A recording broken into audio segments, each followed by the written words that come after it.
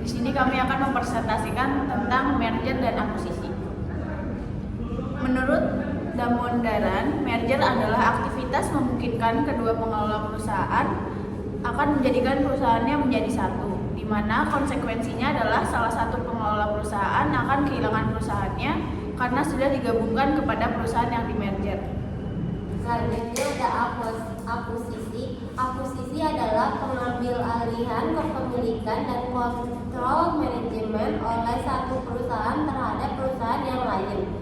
Menurut Wiano dan Kusuma 2017. Selanjutnya ada model-model merger dan akuisisi. Yang pertama ada merger horizontal, yang kedua ada merger vertikal, yang ketiga ada merger konglomerat, yang keempat ada merger ekstensi pasar, dan yang terakhir ada merger ekstensi produk.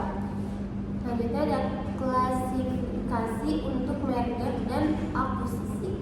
Yang pertama klasifikasi berdasarkan pola, yang kedua klasifikasi berdasarkan metode pembiayaan, yang ketiga klasifikasi berdasarkan objek pajak, yang keempat klasifikasi berdasarkan objek yang diakuisisi, kelima klasifikasi berdasarkan perlakuan akuntansi.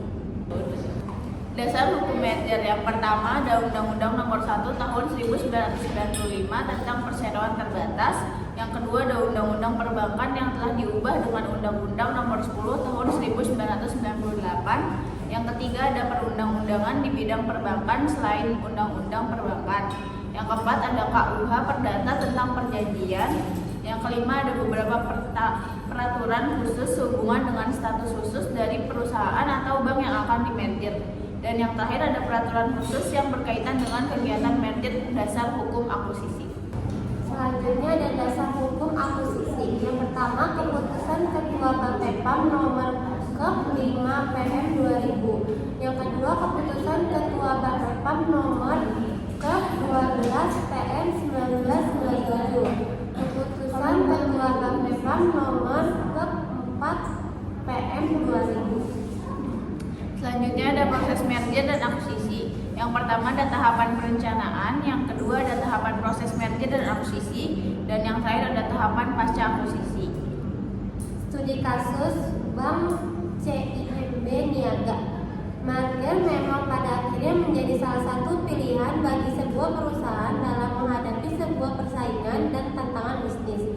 Pilihan melakukan merger itulah yang pada akhirnya diambil oleh dua lembaga perbankan yang ada di Indonesia, yaitu Bank Niaga dan Bank Lipo, yang sepakat untuk melemburkan diri menjadi satu bank nasional. Kondisi Bank Lipo lebih kecil dibandingkan Bank Niaga, maka pada saat setelah terjadinya merger, pihak Bank Lipo lembur ke dalam Bank Niaga yang menjadi Bank Cim Niaga, di mana sebelumnya Bank Cim Malaysia dan Bank Niaga telah merger terlebih dahulu. Selanjutnya ada studi kasus tentang Bank Mandiri. Kasus Bank Mandiri itu terjadi bukan salah satu bank yang akan tetap mempertahankan namanya, tetapi justru semuanya melebur dan membuat satu nama baru. Bank Mandiri yang lahir dari peleburan 4 nama bank yang ada di Indonesia, yaitu Bank Eksim, BBD, Bank Bumidaya, dan Bank Bapindo, yang melebur menjadi satu, menjadi Bank Mandiri, dan saat ini menjadi salah satu bank terbesar di Indonesia. Merger dilakukan sebagai solusi karena keempat bank BUMN mengalami negatif equity yang sangat dampak krisis moneter Indonesia pada tahun 1998. Kesimpulannya, merger adalah penggabungan dua perusahaan menjadi satu, di mana perusahaan yang mengakuisisi pengambil alih seluruh aset dan kewajiban perusahaan lain, sehingga perusahaan yang dimerger berhenti beroperasi. Sementara itu, akuisisi adalah pengambil alihan perusahaan lain dengan membeli saham atau asetnya, namun perusahaan yang dibeli tetap ada. Dalam proses merger dan akuisisi, perusahaan menghadapi berbagai tantangan seperti kebutuhan modal, penyesuaian tenaga kerja, dan perbedaan budaya perusahaan. Perbedaan budaya menjadi kendala utama karena sulit diubah, sehingga perlu pemilihan budaya yang paling sesuai untuk diterapkan.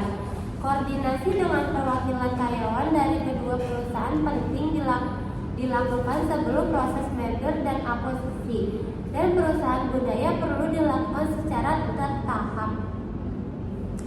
Sekian dari kelompok kami. Assalamualaikum warahmatullahi wabarakatuh.